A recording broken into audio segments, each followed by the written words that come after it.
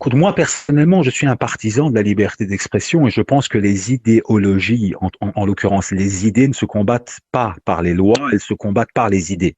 Alors, bien évidemment, il y a des idées qui sont totalement inacceptables, mais il faut vraiment, vraiment augmenter la latitude du possible au maximum et ne pas chercher à la réduire par le truchement de lois qu'on voterait à tout bout de champ dans l'objectif de ne pas permettre les gens de parler. Alors ici, il y a bien évidemment des discours qui vraiment peuvent être problématiques. Quand par exemple tu appelles ouvertement au meurtre d'une communauté au nom de sa couleur ou au nom de sa religion, ça ce sont des discours véritablement de haine qui peuvent poser problème. Maintenant, le problème du concept de haine, si tu l'élargis et que tu commences à avoir de la haine partout, ben là, tu risques de réduire même les critiques. En fait, toute opinion pourrait devenir de la haine. En fait, par exemple, aujourd'hui, on le voit. Je change pas de sujet, mais si aujourd'hui, par exemple, tu mets en avant, c'est un débat que je connais bien parce que c'est un débat qui me concerne. Si tu mets par exemple en avant le fait qu'il y a des différences biologiques aujourd'hui entre les hommes et les femmes et que ces différences biologiques ont une influence certaine sur les comportements, aujourd'hui, je peux te dire qu'il y a des militants qui sont de plus en plus forts qui essayent de te dire que c'est un discours haineux.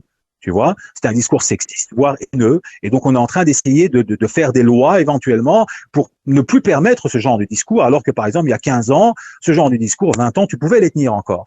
Et donc, ce qu'il y a, c'est qu'il y a une espèce je dirais, de tension permanente entre cette espèce de volonté de promouvoir une espèce de discours politiquement correct et la liberté d'expression. Alors, pour moi, Éric Zemmour ne fait pas partie des gens qui tiennent un discours qui est fondamentalement dangereux. Donc pas du tout. Il y a pas, c'est pas quelqu'un que tu dois censurer. D'ailleurs, je suis contre la censure. Maintenant, il y a certains discours, comme je te l'ai expliqué, qui sont des véritables discours de haine qui appellent, qui peuvent appeler presque au meurtre. Et là, ça peut poser problème, bien évidemment, dans une société pour le vivre ensemble.